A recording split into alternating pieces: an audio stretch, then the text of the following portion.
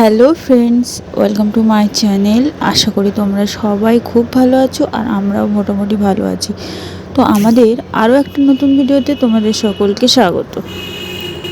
আজকের আমি তোমাদের সাথে শেয়ার করব খুব সহজ পদ্ধতিতে 8 থেকে 3 বছরের বাচ্চাদের জন্য একটা সকালের ও বিকালের খাবার।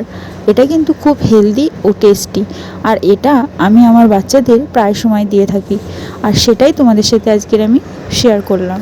তো বন্ধুরা, বাচ্চাদের এই খাবারটি বানানোর জন্যই আমি কিন্তু বেশ কিছু কালারফুল সবজিকে খুব ভালোভাবে টুকরো টুকরো করে কেটে ধুয়ে নিয়েছি, আর সঙ্গে নিয়েছি 2 টুকরো রসুন আর কিছুটা পরিমাণের আদা।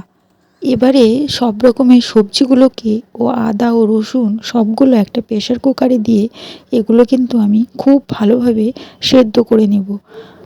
তো এখানে আমি দেখো প্রেসার কুকারে খুব ভালোভাবে এটা সেদ্ধ করে নিয়েছি। এবার একটা ম্যাশার দিয়ে এটা আমি কিন্তু ম্যাশ করে নেব খুব ভালোভাবে।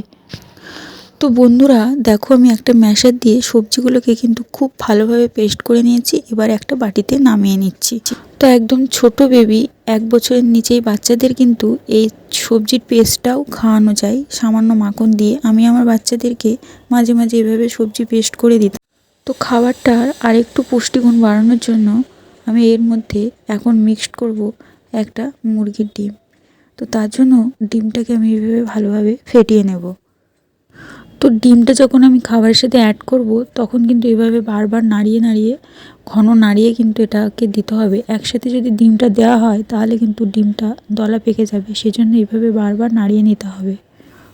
তো বন্ধুরা দেখো, আমার এখানে প্রায় রান্নাটা হয়ে গেছে। এবার আমি এর মধ্যে অ্যাড করে দেবো সামান্য পরিমাণের মাখন আর সামান্য পরিমাণে গোলমরিচ। এটা কিন্তু একবার অপশনাল, আর আমি এখানে সামান্য নুন ব্যবহার করেছি, যেহেতু আমার বাচ্চা নুন ছাড়া খেতে পারে না, সেই জন্য আমি নুন দিয়েছি। কিন্তু যারা 1 বছরের নিচেই বাচ্চা তারা নুনটা অ্যাভয়েড করে যেতে পারো। তো বন্ধুরা, যারা যারা আমার ভিডিওটা দেখলে তাদের অসংখ্য ধন্যবাদ। আর এটা কিন্তু খুব টেস্টি ও হেলদি, বাচ্চারা খুব সহজেই খেলে এই খাবারটা হজম করতে পারে। অবশ্যই তোমরা তোমাদের বাচ্চার জন্য একবার হলেও ট্রাই করো। Thank you.